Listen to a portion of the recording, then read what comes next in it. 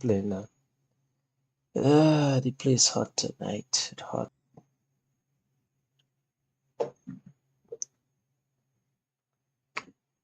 Ooh. After my futile attempts, I proceeded to search for the missing party on my own. I came across so many skeletons and bones piled up into a small mountain. At this point, the terror in my heart had reached its peak. I resisted the urge to scream. I beat a hasty retreat and stepped on numerous bones in the process. What scared me was that the bones did not let out the usual crunch sound after being stepped on. Rather, they simply crumbled into dust. I cannot help but wonder how long these bones had been buried there. This took my mind to the missing hikers. Were they already bones? Or were they alive, like me, terrified and hopeless? I was at my wit's end already, and I could not help but feel despair. I glanced at my wristwatch to check the time, but what I saw shocked me. Time moves faster here. I had barely spent 2 hours in the woods, yet my wristwatch was displaying a date that was 2 days ahead.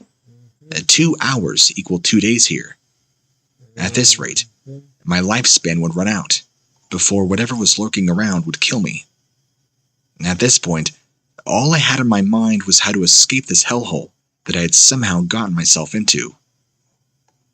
All thoughts of searching and rescuing the lost hikers did not cross my mind at this point. All I could think of was how to get out of my situation. My mind was now in chaos, disoriented, and I could not think straight. Just when I thought things could not get any worse, I began hearing voices, and the feelings of being stalked overwhelmed me.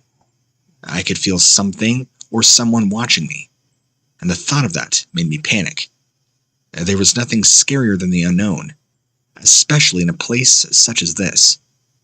I kept on walking, my nerves taut and on edge, ready to react to any situation. I moved on without a sense of direction, hoping to luckily find an exit or something. Glancing at my wristwatch, I saw, to my utter dismay, I had spent close to a week now, trapped in this place. While I was aware that time was moving faster, things would be different as long as I found an exit. It did nothing to comfort me. I had no idea when I would find an exit out of this dimension. By the time I had spent a couple of months, I, through a stroke of luck, was able to find a way out. The moment I stepped out, my walkie-talkie buzzed incessantly. People had been trying to reach me, and even my colleague. I radioed my colleague, but got no reply. I knew he was still trapped in there, and there was no hope for him to get out. He was not even aware. My story caused a sensation, and I was rushed to the hospital for tests and examinations. The doctor confirmed that my cells had gone through rapid aging. My cells had grown older than they should have. I would had to have been placed on a special diet to prolong my lifespan. A few weeks later, the missing hikers were found.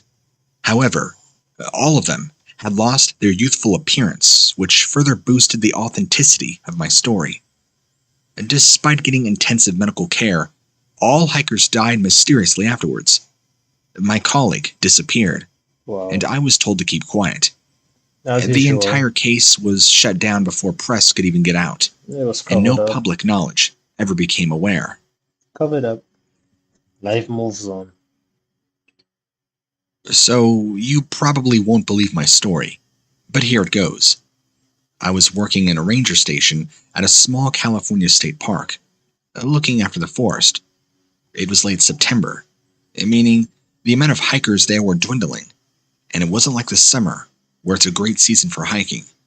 Yeah, the fall was great, because the weather is very nice and mild, and we saw quite a few people through the summer months, but fall is when it definitely dwindles. As I said, I was doing what I needed to do, hiking around and patrolling the trails, doing regular ranger stuff, checking on things and making sure stuff was safe. I stopped to eat some lunch in an open field near one part of the park where there were no trees or big rocks, so a larger clearing. I sat down and was beginning to eat my favorite, a tuna sandwich.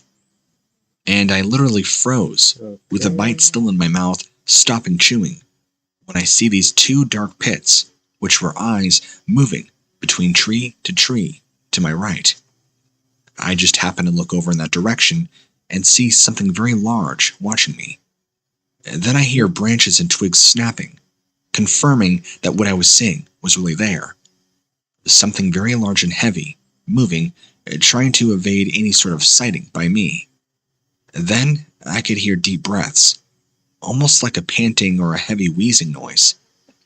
After wanting no part to play in whatever this thing was, I got up, put my sandwich in its bag and my pail, and walked back off the trail. However, it had an interest to me. It was following me, and was now moving briskly through the trees. Of I course, picked up my your pace, food. and that's when everything around me fell quiet. Now I was beginning to feel very uncomfortable, like something had happened.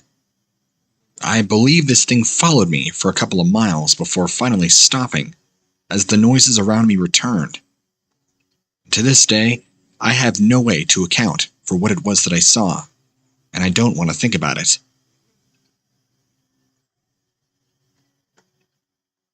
Not my story, but a colleague's of mine. My colleague was responding to a call to check up on a camper. When he had pulled up, he noticed all the lights were out, which was strange considering the call was only made a few moments prior. When this ranger approached the tent, there was nothing, not a sound. It was as if everybody in the campsite had completely disappeared, leaving only him by himself. He was puzzled, not sure why somebody would make the call at this campsite and then be completely deserted. Then he described what he could hear as a weird growling noise, with kind of a chewing sound. He shines his light over in the direction of this noise and sees this tiny 3-foot-tall furry humanoid thing standing there that reminded him of a chimpanzee. He was completely startled, nearly falling backwards on his behind. This thing also had a very surprised expression on its face, not really sure what to do. It quickly ran off, scurrying between the branches and the trees, going at about 30 miles an hour. My colleague claims that it looked partly human, a brow ridge and a nose very much like a human does, but the rest of the face was almost covered in hair and reminded him very much of an ape, besides the nose and the brow ridge. The eyes were also all black too, and it did not appear to be violent or aggressive in any way. And as it turns out, the campers at this campsite were being harassed by this tiny little humanoid ape thing, which is the reason why they left, soon after they had made the call. Apparently, this thing was trying to get into one of their tents, in which they were scared and got in their car and deserted their camp. After speaking to a few friends of mine who are heavily into cryptozoology, they all believe that a juvenile Sasquatch was responsible.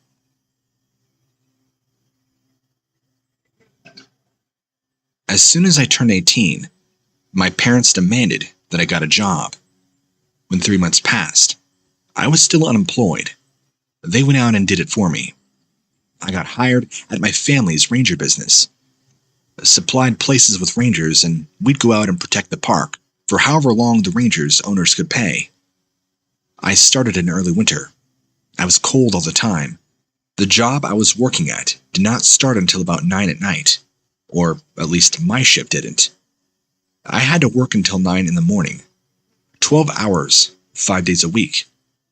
The pay was all right. It was my first day at a new park.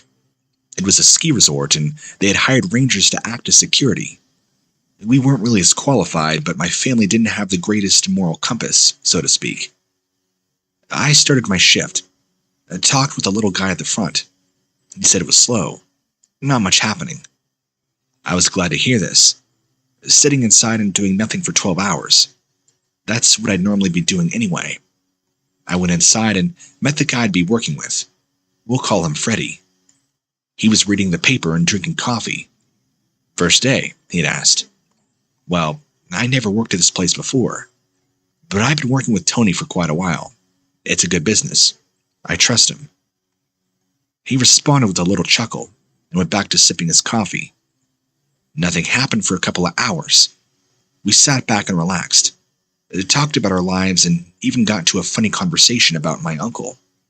About 3 hours in, we heard a loud banging at the door. Freddie got up to open it. There was nothing there, aside from a trail in the snow leading to the door. There wasn't much we could think about it. Maybe a bird or an animal. I don't know. Freddie said, getting back to his seat. I thought it was a bit weird for a bird to slam into the door fast enough to make a bang that loud, and still somehow get back up and walk out of sight. I didn't say anything. I just shrugged, whatever. After even more sitting and talking, Freddie got up and said that he was going to go use the bathroom. He jokingly asked if I could hold down the fort, then went outside to use the restroom. I leaned back in my chair, quietly singing a Billy Joel song that had been stuck in my head, when Freddie basically kicked the door in, holding his hand. It was cut up and bleeding badly. I did not think to ask questions, so I shut up, ran to the first aid cabinet, grabbing the wrap and put it around his arm. What happened out there? I'd asked him. He looked in my eyes and opened his mouth. There was another super loud bang on the door. I rushed to the door and locked it. I didn't know what was out there, but I did not feel like waiting for it to realize the door was open. Freddie was screaming in pain. I wrapped his wounds, but it wouldn't keep up forever. I went over to the phone. I picked it up, called an ambulance. I explained that something attacked my coworker. They asked what. I told them I don't know, and they gave me a half-assed, "we'll send somebody," and I hung up. They asked to stay on the line with them, but I didn't see how that would stop Freddie from bleeding out. Freddie slumped down, leaning against the table in the room. I slapped his face lightly to keep him awake. "Freddie, who did this?" He cleaned his eyes and couldn't be bothered to keep his head anymore. He was out. His cut was worse than I thought, and the ambulance needed to come very quickly. As I put a blanket on him, another loud bang at the window made me jump. I looked back, and there was a bloody hand on the window. It was a man, and he was begging to be let in. I ran over to the door and unlocked it.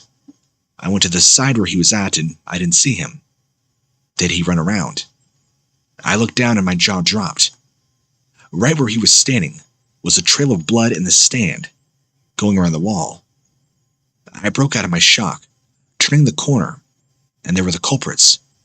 Just one wolf. But I know he wasn't the only one there. We both stood there looking at each other. He snarled and I gulped.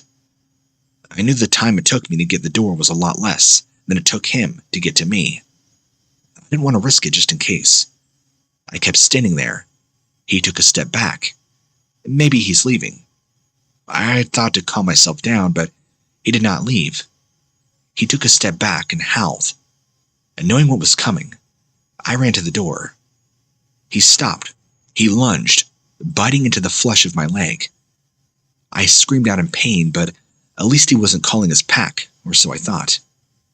He started to tear flesh, and I foolishly attempted to shake him off. He was on there tight, ripping. I was biting him back. I tried to push him off, but his teeth only sunk in deeper. Now, I'd put my right hand between my leg and the roof of his mouth, prying his teeth. I limped inside, slamming the door shut. I could see him, these loud bone noises popping, and seeing him now stand up on two legs, looking at me through the door. How I was lucky I had survived. I wasn't sure what to do. I was bleeding out pretty bad, and the only gun I had was in my Jeep that was left outside. I was biting him That's back. when I saw more of these things. They were upright walking wolves, and they were pacing around this place, moving back and forth, looking in the windows, So it's going to get waiting bite for back. one of us to come out. I sat there next to Freddie, holding him, holding myself, trying to keep myself conscious. I was bleeding pretty bad, and these things were out there. I counted at least 3 of them. 3 of the largest wolves I'd ever seen in my life. What was going on? As I remember things starting to fade, I couldn't tell you what happened next, but the door burst open, and several EMTs rushed in, tending myself and Freddie. They loaded me up on a stretcher, threw me in the ambulance, and the next thing I know, I'm being patched up. After this, I never heard from Freddie again. and I was quickly removed from that location and reassigned to a different one altogether. Of course. I was told nothing. I was not allowed to ask questions. Of course. And even now, I live with a nightmare. A nightmare of strange wolves who were very violent, and had I not made it back inside, I would have been torn to pieces. We expect to happen. My grandfather told me this story about the eerie incident that made him quit being a ranger. My grandfather used to work to be a park ranger in Uganda and had many stories to tell us about misbehaving teenagers who thought it was funny to stay illegally in the park overnight. White supremacist tourists who think they could hunt any time, and even indigenous people who believe the land belonged to them. But this time, he told me the story why he resigned from being a ranger, as he thought I was old enough to hear this creepy story. And after hearing it, I'm thankful for him quitting, or else I probably wouldn't be here today. One day, he and his coworker, we'll call him Sam, went out to patrol at night. As they were walking, they saw a very high, unusual amount of snake activity everywhere. Ignoring it, they continued on their job, and they had heard multiple trumpets of elephants, and saw many zebras running in no particular direction, just away from the place that he and his coworker were going, deeper into the depths of the forest. They assumed that it was somebody, possibly teenagers, causing trouble. This made them cautious and alert for danger. They continued going deeper in with their rifles, loaded in lamps in front of them. Then, they saw a blue, shimmery light, glowing in the shape of a circle in the forest. It looked to be like a portal. My grandfather had advised his coworker to examine it.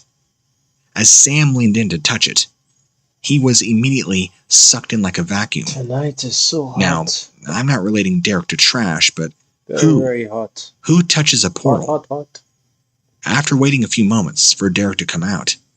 But, as expected, he didn't. My grandfather ran away from the portal and towards the cabin of rangers. There, he shared this unnatural incident with the rest of the rangers who slept there. They collectively decided to go check it out the next morning. The next morning, they went to the same place where my grandfather saw the portal. There was no portal, and no sign of Derek either. His coworkers then did not believe him, and said that Derek must have slipped drugs and hallucinated the whole thing. My grandfather resigned after that. He did not want to see more supernatural incidents happening, and also did not want to die. And there was a huge cover-up that happened with Derek and him disappearing. Is he still alive in some alternate universe? Did he turn into something like a ghost? Is he dead? Nobody knows. As usual. That's how it is. I know why Twitch keep doing me that nonsense though, but it is what it is.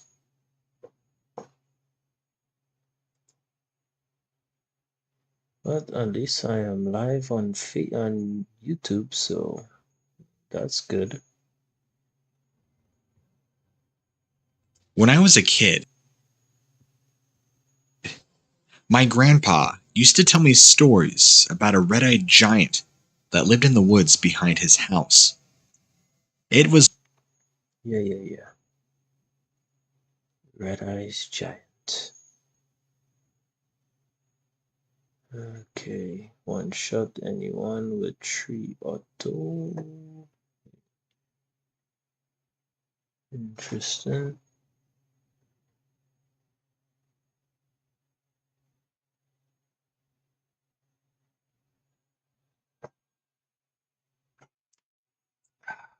You hear that? My bones cracking. My bones cracking. It's like a kraken. Kraken. Alright, let's play you. Oh, I think that's one.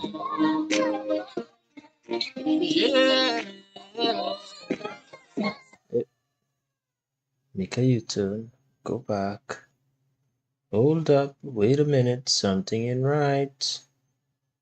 Something definitely ain't right. So going through this, I realized one of them. Oh, there it is. Don't tell yourself you can get away. You can't get away. Yeah. Have to make sure you're perfection.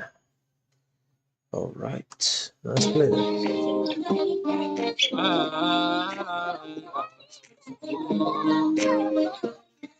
Yeah.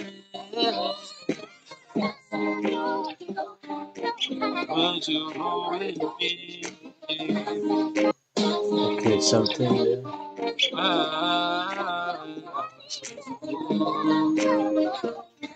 Yeah. Yep. Step right there. Okay. Collapse you. And collapse you. 3D model. Boom.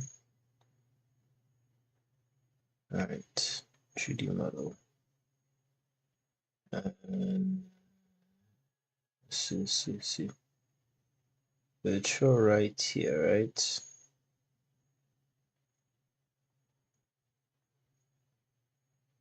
What we were supposed to show to is here.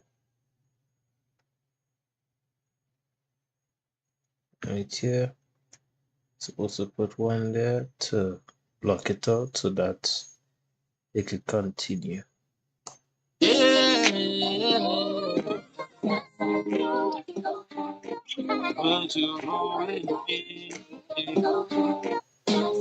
Alright.